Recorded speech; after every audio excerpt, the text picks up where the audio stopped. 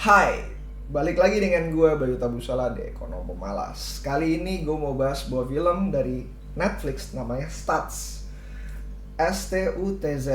Dimana film ini cerita mengenai seorang psikolog dan dia akan memberikan tools untuk menghadapi kehidupan. Dalam hal ini sebenarnya tools itu bisa menghadapi untuk anxiety ataupun depression, dan menurut gue tools itu bagus banget. Tapi bukan itu yang akan dibicarakan, ini berhubungan banget dengan investasi. Nah, beberapa hal yang gue dapat dari film tersebut yang menarik adalah bahwa manusia itu akan selalu dihadapkan pada tiga hal, yaitu adalah uncertainty, pain, dan concern work, atau bisa dalam bahasa Indonesia-nya adalah rasa sakit, ketidakpastian, dan selalu bekerja. Karena tiga hal tersebut, maka manusia itu punya yang namanya istilahnya part X, dimana ini adalah sistem dari bagian diri lu yang nggak bisa terpisahkan, nggak bisa dimusnahkan dan segala macam. Part dari diri lu tuh sebenarnya pengen banget berkembang, menghadapi masalah tersebut, yaitu pain, uncertainty, dan constant work. Tapi ada part di dalam diri lu yang lain itu yang sebenarnya nggak mau untuk berkembang gitu. Dan itu menurut menurut film ini nggak masalah. Yang perlu lo lakukan adalah uh, bagaimana cara keluar dari bagian dari diri lu yang jelek ini, sehingga lu tidak menghadapi namanya anxiety ataupun depressions, ataupun ketika lu menghadapi anxiety ataupun depressions lu beneran bisa keluar dari kondisi tersebut. Nah, untuk dalam kasus gua banyak banget, gua kayak udah 8 tahun, hampir 9 tahun ya, gua lupa, 2013 sampai sekarang, tolong dihitung 9 tahun lebih kayaknya. Nah, dimana gua merasa bahwa diri gua itu tidak mampu melakukan valuations. Kenapa? Karena gua merasa kayak apapun yang gua kerjakan selalu kurang, apapun yang gua hasilkan ternyata ada yang jauh lebih baik, dan uh, apapun yang terjadi itu ngerasa bahwa gua not enough gitu.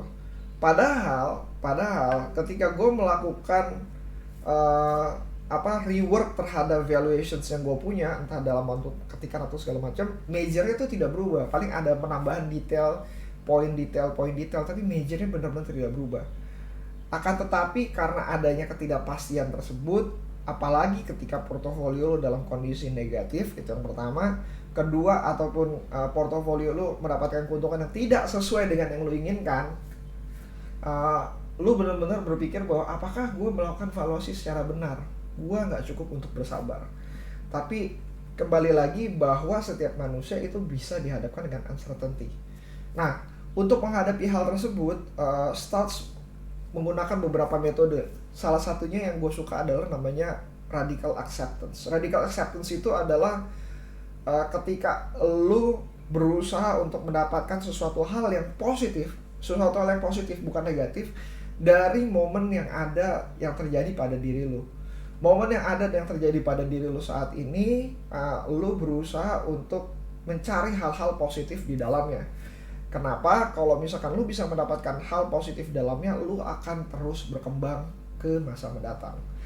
Nah, ketika menghadapi masalah, dia bilang bahwa ada dua hal.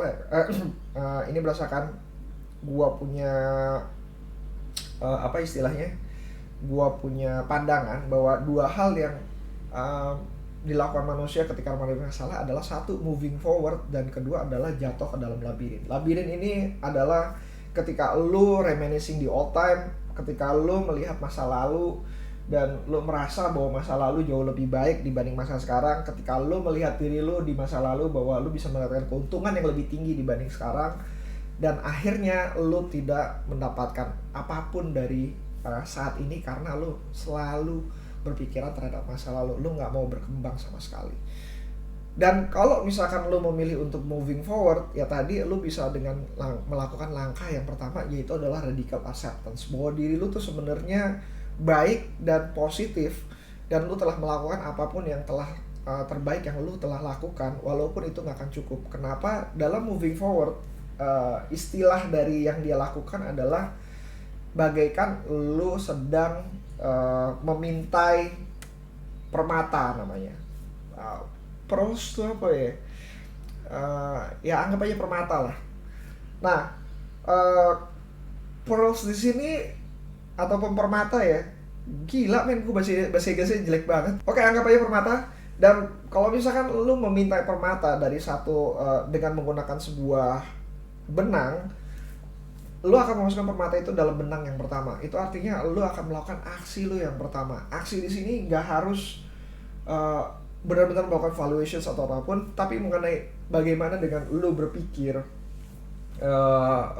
mengenai terhadap keadaan tersebut, ataupun misalkan menghilangkan yang namanya berita terhadap satu saham tersebut, itu disebut dengan satu aksi.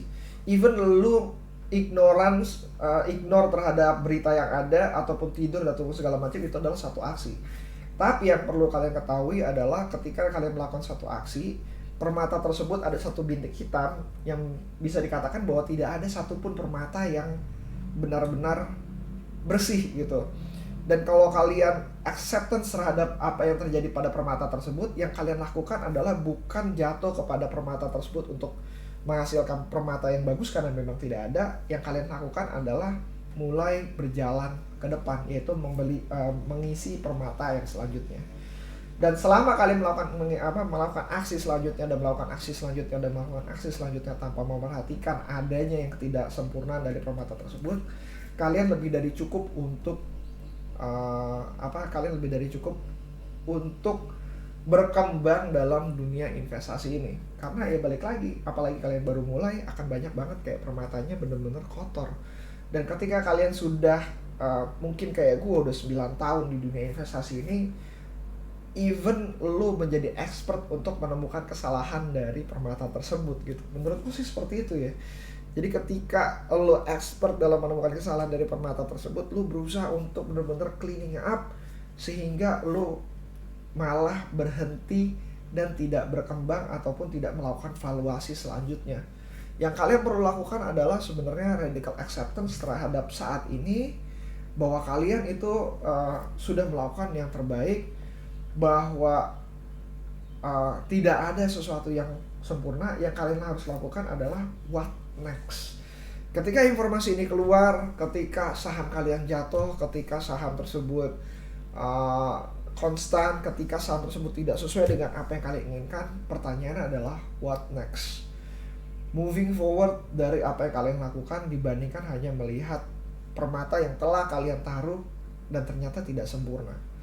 Karena kembali lagi dengan adanya radical acceptance, kalian bisa belajar di dalamnya, entah itu mengenai price actions yang kalian yang salah, mengenai positioning kalian yang salah, mengenai apapun itu yang salah, kalian akan terus berkembang.